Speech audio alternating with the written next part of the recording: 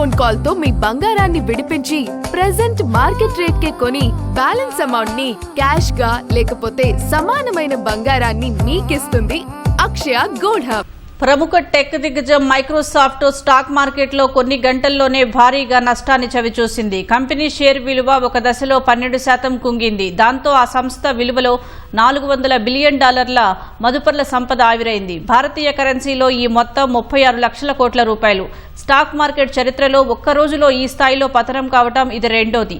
గత ఏడాది జనవరిలో చైనాకు చెందిన డీప్సీక్ ఏఐ మోడల్ ప్రవేశంతో చిప్ తయారీ సంస్థ ఎన్విడియా $593 బిలియన్ కోల్పోయింది. 2020 మార్చి తర్వాత మైక్రోసాఫ్ట్ ఈ స్థాయిలో నష్టాలను చవిచూడటం ఇదే తొలిసారి.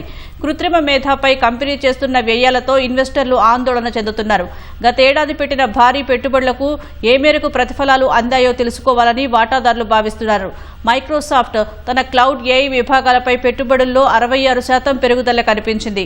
కానీ మైక్రోసాఫ్ట్ క్లౌడ్ ప్లాట్ఫామ్ అజూర్ వృద్ధి గత త్రైమాసికంతో పోలిస్తే మందగించింది. ఇది మదుపర్ల సెంటిమెంట్ను దెబ్బతీసింది. రాబోయే ఏడాది కాలంలో డేటా సెంటర్ల మీద గూగుల్, మెటా, మైక్రోసాఫ్ట్, అమెజాన్ వంటి కంపెనీలు భారీ పెట్టుబడులు పెట్టనున్నాయి. ఏఐతో తమకు స్వర్ణయుగం వస్తుందనే ఆశతోనే అప్పులు చేస్తున్నాయి.